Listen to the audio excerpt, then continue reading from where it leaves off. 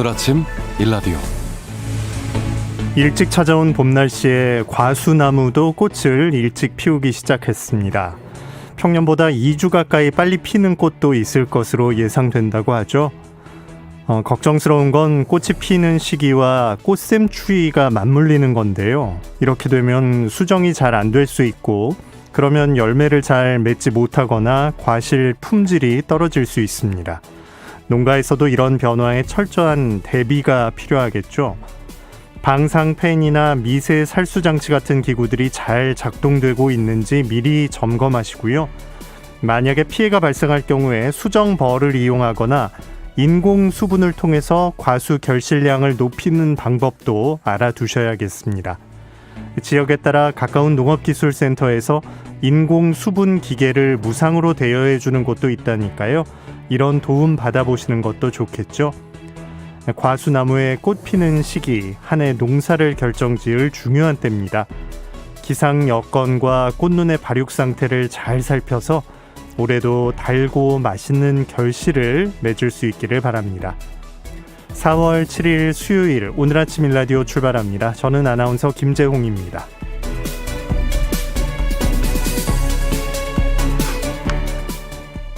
오늘 아침 일라디오 여러분과 함께 만들어가는 시간입니다. 단문은 50원, 장문은 100원 드는 유료 문자 샵 9730 이용하실 수 있고요. 유튜브에서 KBS 일라디오 공식 채널 검색해서 들어오시면 채팅창도 마련되어 있습니다. 자, 오늘도 퀴즈로 시작합니다. 세상의 모든 농수산물 퀴즈 새농퀴. 오늘의 힌트도 잘 들어보시고요. 정답 아시는 분은 단문 50원, 장문 100원의 유료 문자 샵 9730으로 보내주시기 바랍니다. 저희 프로그램 제목인 오늘 아침 일라디오와 정답 함께 적어 보내주시기 바랍니다. 정답 맞춰주신 분들 가운데 추첨을 통해서 20분께 농촌진흥청에서 제공하는 웰빙 혼합 잡곡 세트, 경기 농촌 융복합 산업 인증 제품인 사과즙 세트, 모바일 커피 교환권 등을 드립니다. 자, 이번 주 퀴즈 그 세 번째 힌트 지금 나갑니다.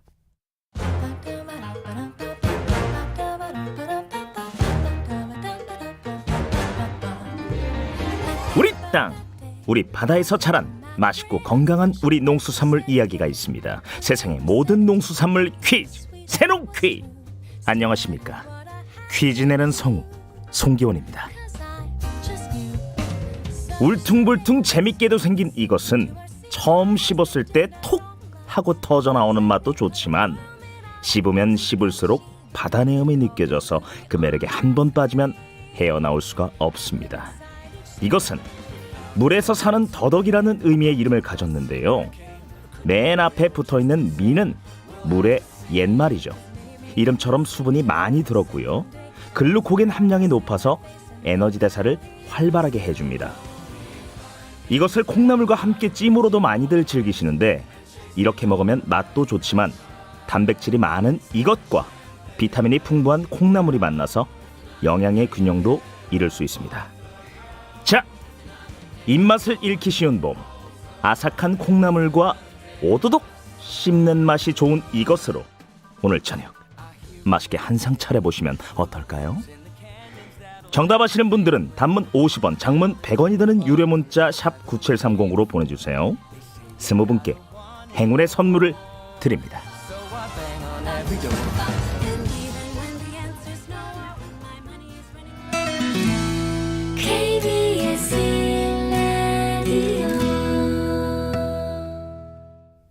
퀴즈 정답 아시는 분들은 단문 50원, 장문 100원의 유료 문자 샵 9730으로 보내주시기 바랍니다.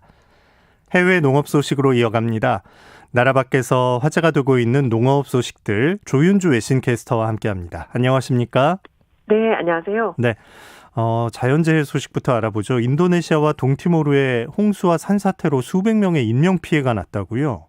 네, 맞습니다. 인도네시아와 호주 사이에 있는 바다에서 사이클론 세로제가 발생했고요. 이것 때문에 인도네시아 동티모르에서 폭우가 쏟아졌고 200명이 넘는 사람이 희생됐다고 BBC, AFP-통신이 보도했습니다.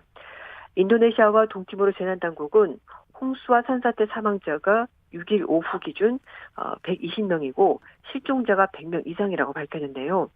인도네시아에서 86명이 사망했고 동티모르에서 34명 사망했다고 정부 측에서 공식적으로 밝혔습니다. 이 사이클론 세로제 영향으로 3일 밤부터 폭우가 쏟아졌고요. 4일 새벽에 인도네시아 소순다 열도 그리고 동티모르에서 홍수 산사태가 곳곳에서 발생했습니다. 이번 홍수 산사태 때문에 2만 명 이상의 이재민까지 발생했습니다. 네. 인도네시아 재난당국은 실종자 수가 100명이 넘는다고 밝혔는데요. 이 현장이 워낙 많은 주택이 토사에 파묻혀 있어서 실종자 수를 정확하게 추산할 수가 없다고 밝혔습니다. 게다가 이 산사태가 새벽 시간대에 발생하면서 집에서 잠을 자는 주민들이 대피할 시간이 없었다고 합니다. 그리고 대다수 산사태 피해 지역에는 전기, 수도, 인터넷, 도로가 끊겨서 중장비 접근이 지연되고 있고요. 수색 구조팀과 주민들이 그래서 맨손과 삽, 호미 이런 것들로 이 흙을 파내면서 구조 작업을 진행하고 있다고 합니다. 네. 게다가 수인선 전염병이 우려되는 상황에서 동티모르에서는 신종 코로나 감염증 때문에 사망한 첫 번째 사망자가 나왔는데요. 동티모르 보건당국은 코로나19 치료를 받던 44살의 여성이 5일날 사망했다고 밝혔습니다. 동티모르는 코로나19 발생 초기부터 국경을 봉쇄해서 누적 감염자 수가 766명에 불과합니다. 네. 자, 북한 영해에서 중국 어선이 우리 태극기를 달고서 조업을 했다. 이런 유엔 보고서가 있다고요? 네, 맞습니다. 이 북한 영해에서 중국 어선이 우리나라 태극기를 달고 조업했다는 유엔 안전보장 이사회사나 대북제재위원회 보고서가 나왔습니다.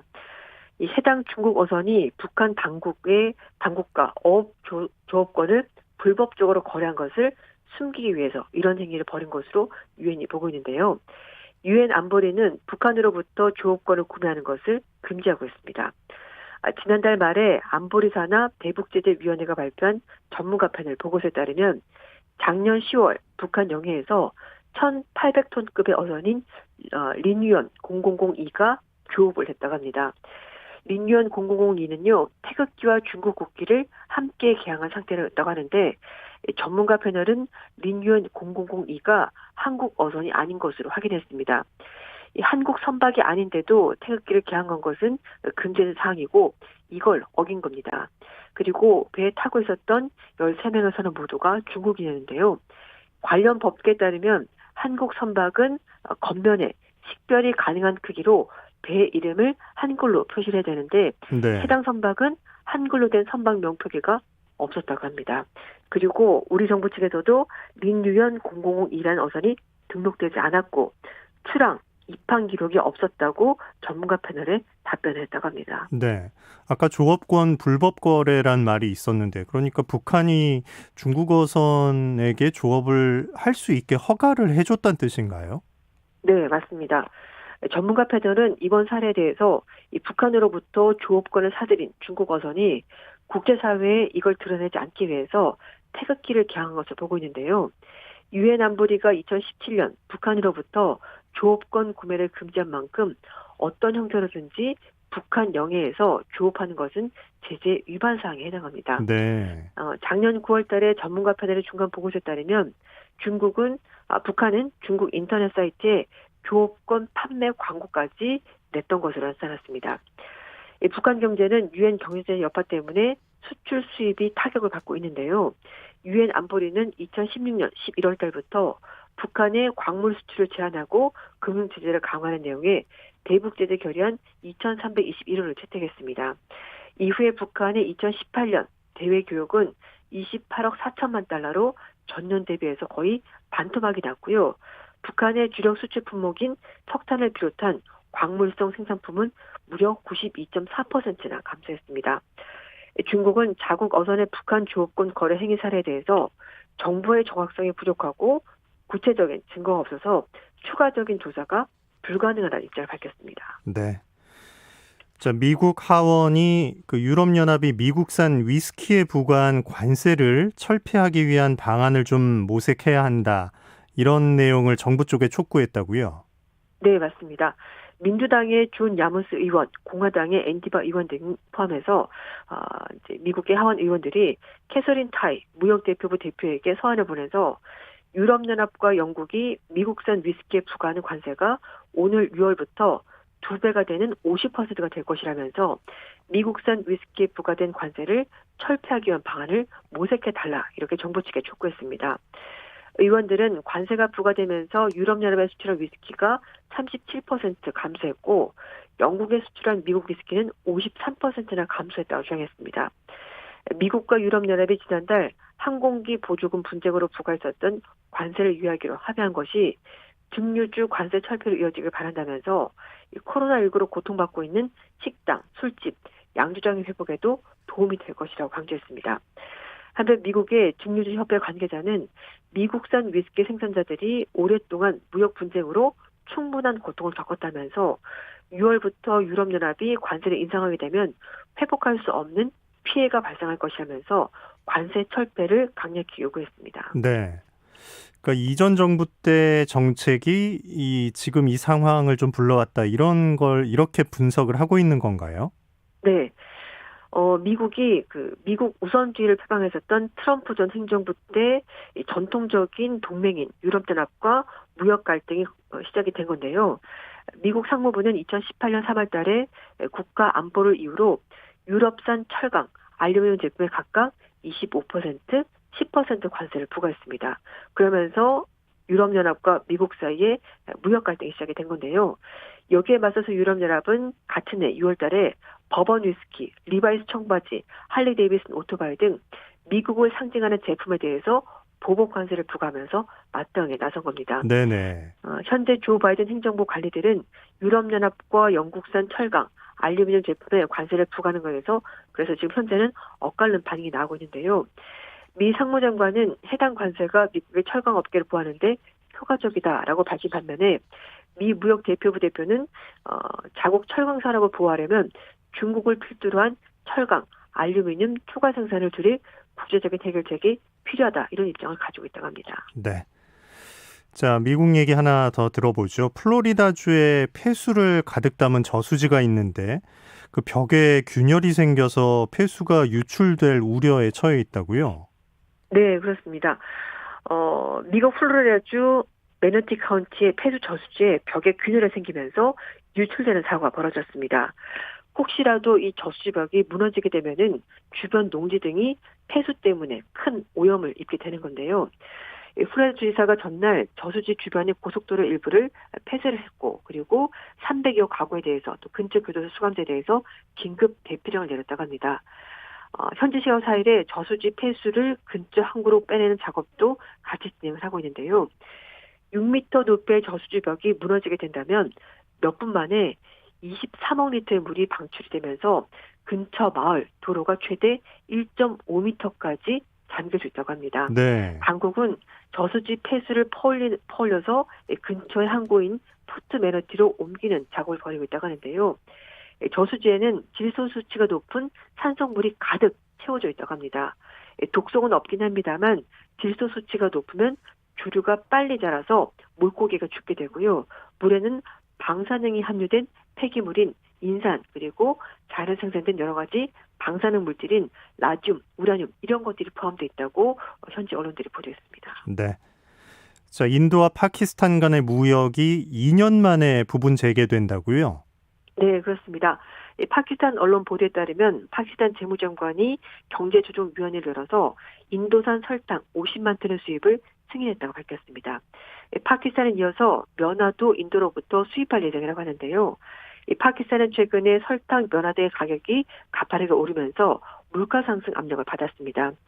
인도는 세계 최대 면화 생산국이자 세계에서 두 번째로 많은 설탕 생산 국가인데요. 파키스탄 재무장관은 인도의 설탕 가격은 파키스탄보다 상당히 낮다면서 특정 국가와 열린 무역을 통해서 일반인들의 가격 부담을 상당히 줄일 수 있다면서 그래서 시도에도 나쁠 게 없다 이렇게 입장을 밝혔다고 합니다. 네. 파키스탄이 인도와 교역한 것은 2019년 8월 달 이후 처음인데요. 당시 파키스탄은 인도 정부에서 인도령 카시미르의 헌법상 특별 지위가 박탈되자 여기에 항의하면서 교역 중단 선언했습니다. 파키스탄은 인도산 면화를 가장 많이 수입하는 나라 중에 하나인데요. 인도령 카시미르는 인도에서 이례적으로 무슬림 주민이 다수를 차지하는 지역으로 파키스탄이 지난 수십 년간 이곳에 대한 영유권을 주장했었습니다. 2019년 2월 달에 인도령 카슈미르의 풀와마 지역에서 자살폭탄 테러가 발생한 이후에 양국이 전면적인 위기를 겪게 되는데요. 이번에 교역 재개는 최근에 양국 사이에 조성되고 있는 화해 무드가 한몫한 것으로 보입니다. 두 나라는 지난달 국경 역할을 하고 있는 카슈미르 정전 통제선에서 정전에 전격 합의하면서 긴장이 크게 낮아진 건데요. 이후로 양국을 가로지르는 인더스 강의 수자원 공유 문제를 논의했고 나렌드라 모디 인도 총리와 임란칸 파키스탄 총리도 친서를 주고받으면서 두 나라의 신뢰 회복이 상당히 많이 된 상태입니다. 네, 해외 농업 소식 조윤주 외신캐스터와 함께했습니다. 고맙습니다. 네, 감사합니다.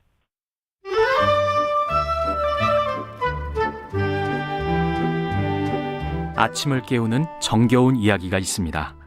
매주 월요일부터 토요일 오전 6시 15분 KBS 오늘 아침 일라디오 수요일 지구를 지켜라 시간입니다. 2013년 서울대공원 돌고래 쇼장에서 제주 앞바다로 돌아간 남방 큰 돌고래 제돌이를 기억하시나요? 당시에 돌고래 자연 방류는 아시아에서 처음 시도되는 일이었어서 세계적으로 이목을 끌었습니다.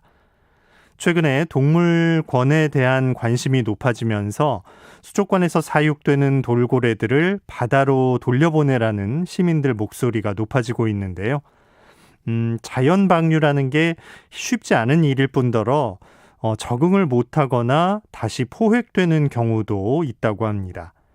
인간의 욕심으로 수족관에 갇혀있는 돌고래를 다시 자연으로 돌려보내기 위해서는 인간들이 어떤 노력을 기울여야 하는지 한겨레 신문 남종영 기자와 함께 고민해보는 시간 갖겠습니다. 남종영 기자 안녕하십니까? 네, 안녕하세요. 네. 우선 갑자기 궁금해지는 게 지금 그러면 우리나라 수족관에 살고 있는 돌고래가 얼마나 되는 건가요?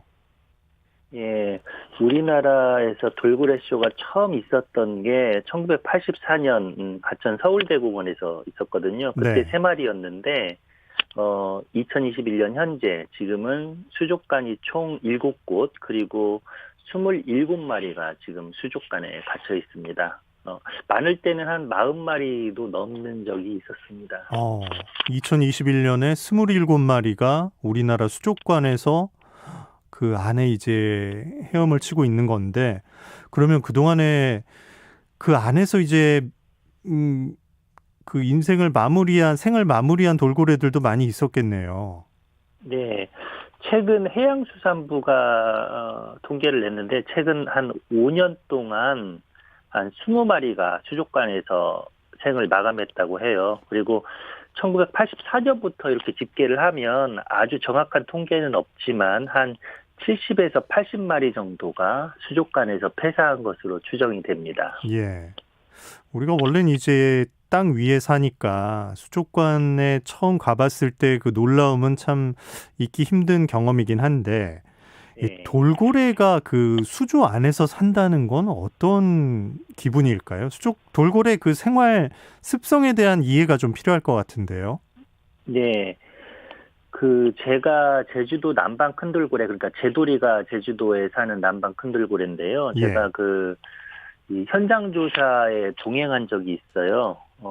제일 처음에 제주시 애월항에서 이 남방 큰돌고래를 목격을 했는데 얘네들이 제주도를 뱅뱅 돌거든요. 네. 그런데 얘네들을 따라서 해안도로를 따라서 계속 따라갔는데 저녁쯤에는 서귀포 모슬포항에서 얘네들을 봤어요. 그러니까 하루 동안에 한 50에서 60km 정도를 간 건데요.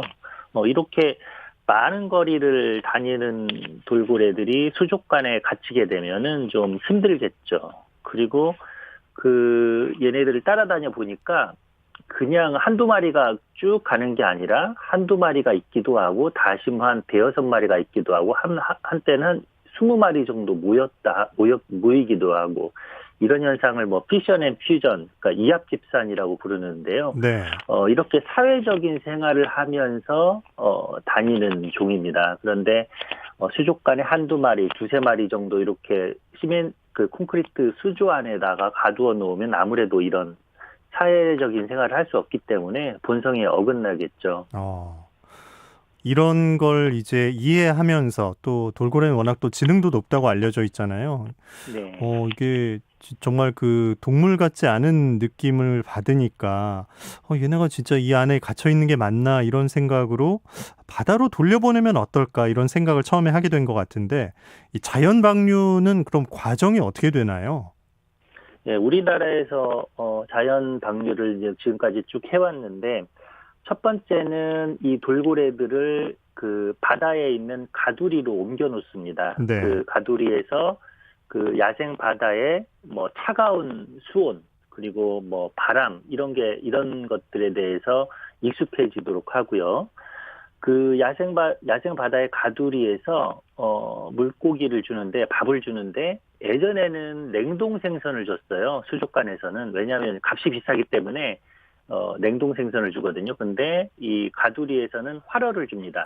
활어를 줘서 그 돌아다니는 물고기를 직접 움직여서 사냥을 하도록 이렇게 교육을 시키는 거죠. 이렇게 가두리에 다시 옮겨놓고 활어 사냥을 하게 함으로써 최소는 한 3개월, 길게는 한 6개월 정도 두면은 이제 야생 바다에 익숙해지게 돼요. 그 다음에 바다에 내보내는 거죠. 그 적응할 시간을 주는 거군요. 예, 네, 약간의 안전한 환경을 만들어두고. 근데 돌고래도 다 개체마다 개성이 있다고 봤을 때 쉽게 적응하지 못한 돌고래도 있었겠네요. 예, 우리나라에서 총 7마리를 제주도 앞바다에 돌려보냈어요. 아까 말씀하셨던 제도리를 필두로 춘삼이 382 이렇게 2013년에 내보냈고요. 2015년에는 태산이 복순이 그리고 2017년에는 금등이 대포 이렇게 해서 총 7마리를 내보냈는데 마지막에 방류됐던 금등이 대포는 아직까지 행방불명 상태입니다. 아마도 죽었을 가능성이 큰데요. 방류 당시에 이미 26살이었어요. 예. 게다가 수족관에서 산 기간만 20년이 넘습니다. 이렇게 수족관에서 산 기간이 길수록 아무래도 야생에서 생존율이 떨어진다고 보는데요. 왜냐하면 야생에서 활어 사냥 능력이라든지 길찾기 능력이 떨어지기 때문에 적응이 힘든 거죠. 네. 금등이 대포는 좀 너무 늦게 자연 방류를 했다 이런 아쉬움이 좀 있고 그러면 이렇게 바다로 보낸 돌고래가 다시 포획되는 경우 얘기를 아까 잠깐 했는데 그런 사례는 뭔가요? 우리나라에서는 지금 포획 자체가 불법이기 때문에 현재로서는 이제 뭐 불법 포획 가능성은 없는데요. 예전에 계속 불법 포획돼가지고 돌고래 쇼용으로 공수가 됐었죠. 근데 우리나라 수족관에 지금 현재 사는 27마리 중에 19마리가 일본산입니다. 네. 일본에 있는 타이지라는 마을에서 잡혀오는데 그 마을에서 잡는군요. 예. 예, 거기는 계속 돌고래를 잡고 있어요. 그 마을에서는 한 9월부터 이듬해 3월까지 대대적인 포획을 해서 이 돌고래들을 세계 각지에 있는 수족관에 보냅니다. 특히 중국이 많은 구매처라고 해요. 그런데 우리나라에 있는 그 돌고래들을 고양이라고 해서 일본 타이지로 다시 방류를 한다면 다시 잡힐 수밖에 없는 거죠. 그렇겠네요. 이 사람들이 요즘은 배를 타고 나가서 뭐 고래도 보고 돌고래도 보고 뭐 거북도 보고 이런 투어 같은 걸 하지 않았습니까? 코로나19 이전에.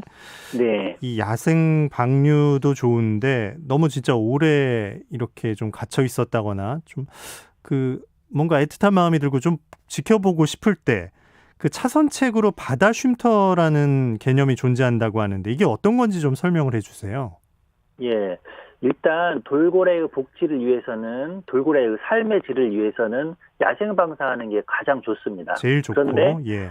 야생 방사를 할 수 없는 경우가 있어요. 아까 말한 것처럼 일본산 돌고래처럼 어차피 보내봤자 제포액이 돼서 야생 방사가 현실적으로 어려울 때 그리고 두 번째는 수족관에서 태어난 돌고래들이 꽤나 많아요. 얘네 같은 경우에는 야생 방류를 하더라도 나가서 자기 스스로 길을 찾는다거나 아니면 하러 사냥을 할 수 없기 때문에 야생 방사를 해봤자 실패할 확률이 큽니다. 그래서 이런 돌고래들을 야생 방사 대신에 바다 쉼터로 보내자는 겁니다. 바다 쉼터는 조금 그 야생 바다에 가까운 환경에 이 돌고래들을 갖다 놓는 건데 네. 이런 곳에서 좀 더 편안하게 여생을 보내도록 하자는 거죠. 그리고 한편으로는 인간 입장에서 보면은 생태 관광 자원으로도 활용이 가능하고요. 네. 원래 살던 곳이 그 좀 위험할 수 있으니까 쉼터를 네. 만들어주자는 건데 잘 운영되고 있는 곳이 있나요? 지금 현재 바다 쉼터가 전 세계적으로도 본격화되고 있지는 않습니다. 그런데 지금 현재 최초의 그 바다 쉼터가 운영되고 있는 곳인데 아이슬란드 남부에 헤이마이 섬이라고 있습니다. 제가 그곳을 재작년에 갔다 왔는데 네. 씨라이프 트러스트라는 비영리 기관이 운영을 하고 있는데 여기를 가보면 바다가 육지 쪽으로 쑥 들어와 있습니다. 입구가 아주 좁은데 입구가 좁기 때문에 평소에도 바다가 되게 잔잔하고 태풍이 불어도 안전합니다. 그리고 그 좁은 입구에 그물을 쳐놔서 돌고래가 유실되지 않도록 이렇게 막아놓는 거죠. 네. 그곳에 가보니까 그 중국에서 데려온 벨루가 2마리가 현재 헤엄을 치고 있었는데요. 배로 접근해서 좀 먼 곳에서 그 벨루가를 관찰할 수 있도록 그 생태 관광 프로그램도 운영이 되고 있었고요. 제가 어제 홈페이지를 들어가서 그 가격을 보니까 우리 돈으로 약 7만 원 정도 되더라고요. 네. 꽤 비싼 돈인데 왜냐하면 이곳은 후원금으로 운영이 되기 때문에 약간 후원금 쪽으로 좀 비싸게 받고 있는 것 같습니다. 우리도 이런 적합한 곳을 좀 찾으려는 노력을 해봤다고 들었는데 이게 아까 아이슬란드 그 섬 같은 환경이 좀 돼 있으면 좋을 텐데 어떻습니까?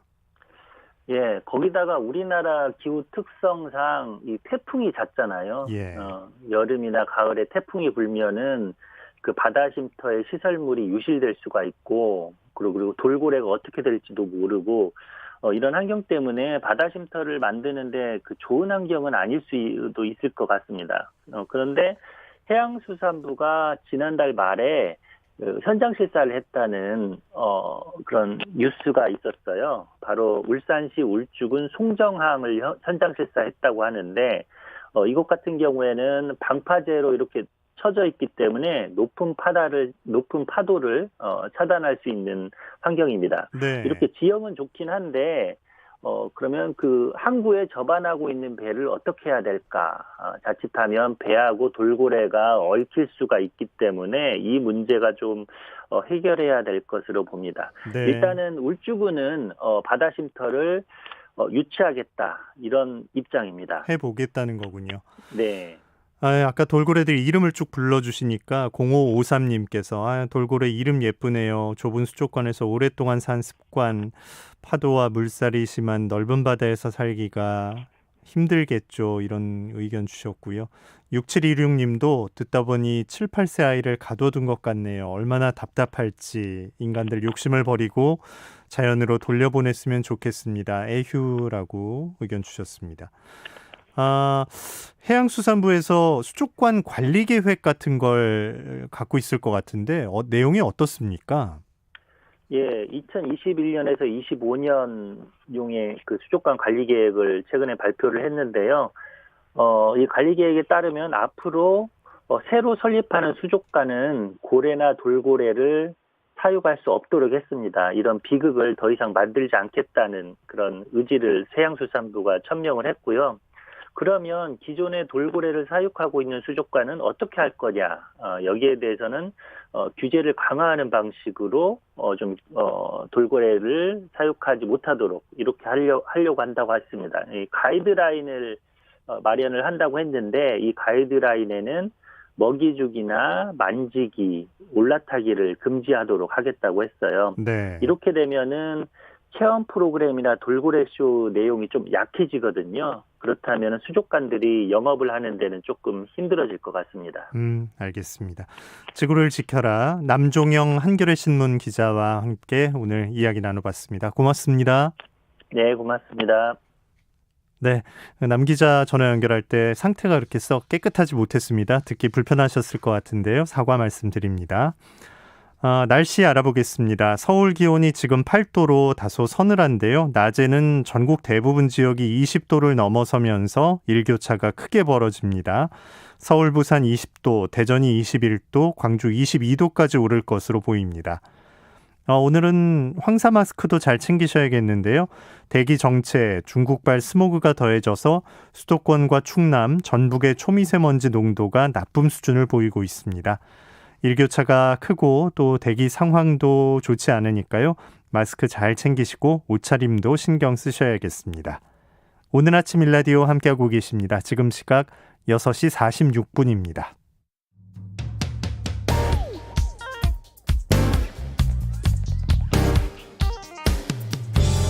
오늘 아침 뉴스 브리핑 정상근 기자와 함께합니다. 안녕하십니까? 네, 안녕하십니까? 네, 보궐선거 투표가 6시부터 이제 시작이 됐죠? 네, 오늘 오전 6시부터 재보궐선거 투표가 시작이 됐습니다. 투표는 오늘 저녁 8시까지 이어지고요. 이 서울과 부산을 비롯해서 재보궐선거가 열리는 지역에 설치된 투표소 3,459곳에서 진행이 됩니다. 사전투표와는 달리 지정된 투표소로 가야 하고요. 이 지정된 투표소는 사전에 배부된 우편물을 확인하시거나 중앙선거관리위원회 홈페이지를 통해 확인이 가능합니다. 투표를 하려면 신분증이 필요하고요. 본인 사진이 붙어 있고 또 관공서나 공공기관이 발행한 주민등록증이나 여권, 운전면허증 등을 꼭 챙겨가야 합니다. 투표소에 입장하신 후 먼저 체온 측정을 하고요. 그 다음에 손 소독을 하고 비닐 장갑을 착용합니다. 그리고 본인 확인을 할 때만 잠시 마스크를 내리고요. 이후에 기표소에서 투표를 하면 됩니다.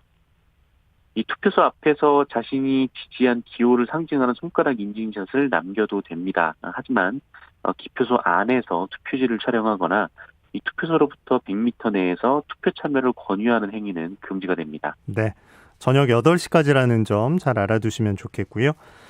코로나19 지금 4차 대유행이 시작되느냐 하는 중대 기로라고 봐야 할 것 같은데 오늘 확진자는 몇 명 정도가 될까요? 네, 어제 0시 기준 코로나19 신규 확진자 수가 478명으로 이틀 연속 400명대를 기록을 했습니다만 오늘은 확진자가 크게 늘어서 600명을 넘길 것이 확실해 보입니다. 많으면 700명을 넘길 수도 있는데요. 신규 확진자가 600명대가 나오면 이것은 48일 만에 가장 많은 확진자가 나온 셈입니다. 인천 연수구 어린이집 확진이 호프집이나 노래방 같은 다중이용시설로 번지면서 누적 확진자가 50명을 넘겼고요. 수정교회 신도들이 전국 순회 모임을 가졌는데 이를 고리로 한 집단 감염도 전국 10개 시도에서 총 164명이나 나왔습니다. 부산 유흥업소발 연쇄 감염도 이어지고 있는데요. 원양 선사 사무실이 밀집한 복합 건물로 번지면서 20명이 한 20여 명이 추가로 확진 판정을 받은 것으로 확인됐습니다. 한편 그제부터 다중이용시설의 기본 방역수칙이 강화됐는데요. 이날 밤 서울시와 경찰이 합동점검에 나선 결과 이 서울 강남 유흥시설 12곳이 방역수칙을 위반해 적발됐습니다.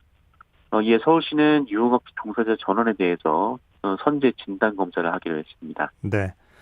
코로나19 때문에 도쿄올림픽이 이제 올해 열리게 되는데 북한은 이제 참가하지 않겠다라고 선언을 했어요. 네, 이 북한이 올해 7월 개막 예정인 도쿄올림픽에 참가하지 않겠다라고 선언했습니다. 이유는 코로나19 때문인데요. 이 북한 체육성은 어제 홈페이지를 통해서 악성 바이러스 감염증에 의한 이 세계적인 보건 위기 상황으로부터 선수들을 보호하기 위해 올림픽 경기대회에 참가하지 않기로 토의 결정했다라고 공개했습니다. 북한의 도쿄올림픽 참가를 기점으로 지난 평창올림픽 때처럼 남북 이 간의 이 대화 문고를 틀 수 있지 않을까 기대감이 있었던 것이 사실인데요. 북한을 만나기가 어렵게 됐습니다. 이 도쿄올림픽 성공 개최에 사활을 건 일본도 이 내심 김여정 노동당 부부장의 방위를 기대한 것으로 알려졌는데 네. 이것도 어려워진 상황입니다. 자, 새 모녀를 잔인하게 살해한 신상이 공개됐죠. 김태현이 이미 좀 성범죄를 포함한 여러 전과가 있었다 이렇게 확인이 됐어요. 네, 이 스토킹 범죄를 저지르다가 살인까지 저지른 이 김태현이 어제 경찰서를 빠져나오면서 기자들 앞에서 처음으로 입을 열었습니다. 김태현은 피해자들에게 미안하지 않냐라는 기자의 질문에 정말 반성하고 있다며 죄송하다라고 했지만 왜 살해했냐라는 질문에는 죄송합니다. 일단이라는 말을 했습니다. 경찰은 프로파일러 4명을 투입해서 김태현의 심리 상태 분석에 나섰는데요. 이들은 김태현과 장시간 대화를 나누며 그 유년 시절부터 시작해 범행에 이르기까지를 정밀 분석하고 있는데 이 조사가 끝나는 대로 사이코패스 검사도 진행하기로 했습니다. 한편 김태현은 이미 성범죄를 포함한 전과가 3건 있는 것으로 확인됐습니다. 새 모녀를 살해하기 불과 2주 전에 여고생에게 음란 메시지를 보낸 혐의로 벌금 200만 원을 선고받았고요. 재작년에는 여자 화장실에 들어가서 몰래 훔쳐오다가 붙잡혔습니다. 김태현의 휴대전화 분석 과정에서는 음란 사이트에 반복적으로 접촉한 기록이 무더기로 나오기도 했습니다. 경찰은 별도의 현장 검증 없이도 혐의 입증이 충분히 가능하다고 보고 금요일쯤 김태현을 검찰에 넘기기로 했습니다. 네. 자, 청와대가 기획 사정을 했다 이런 의혹이 제기되고 있는데 어떤 내용인가요? 네, 이 기획 사정이라 함은 이 사정기관인 검찰, 경찰 등을 움직일 수 있는 특정 세력이 그 어떤 의도를 갖고 특정 사건을 수사하도록 했다라는 것을 의미합니다.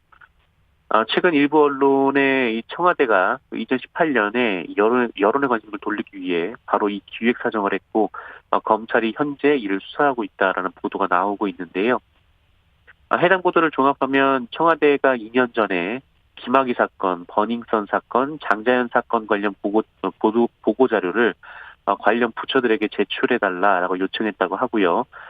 그 중심에는 이광철 청와대 민정비서관이 있었다라는 내용입니다. 네.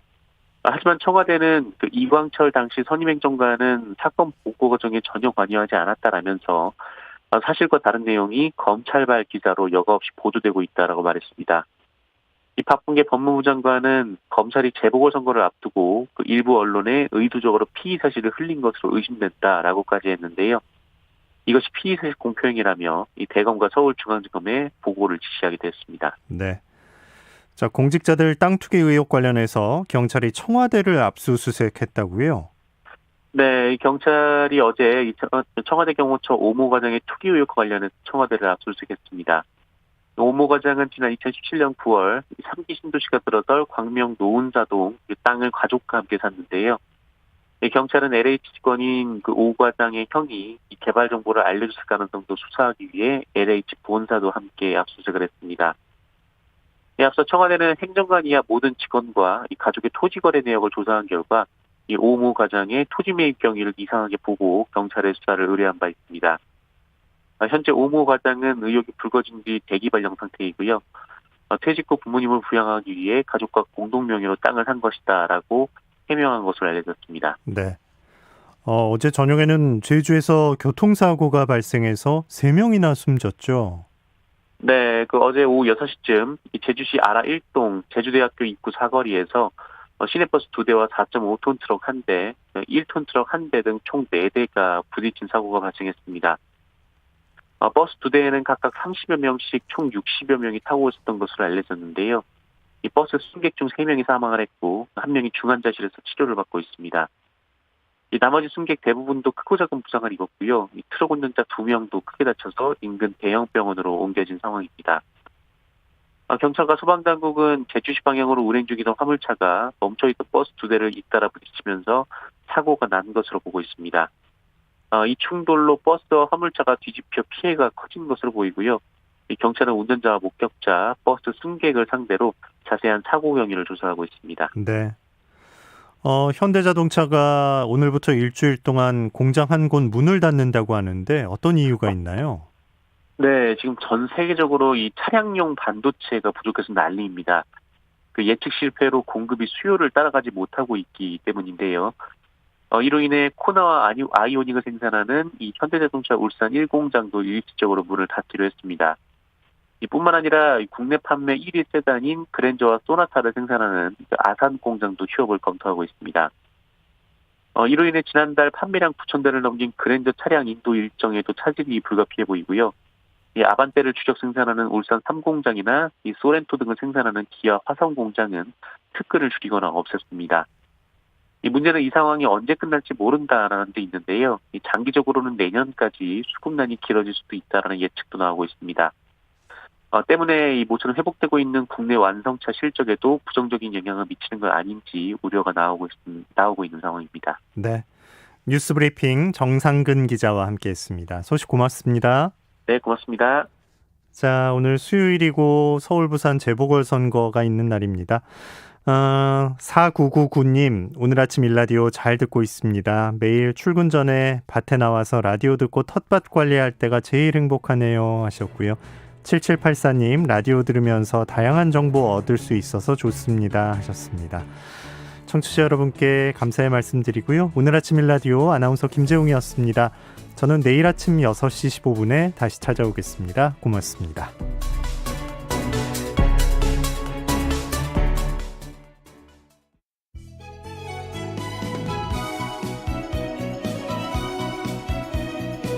안녕하세요. 바른말 고운말입니다. 어른들이 아이들의 말을 귀 기울여 듣지 않는 경우가 종종 있습니다. 특히 무언가를 하느라고 바쁘다든지 어딘가에 정신이 쏠려 있을 때는 아이들이 하는 말을 잘 듣지 않거나 무시하게 되는 일이 있죠. 우리 속담에 3살 먹은 아이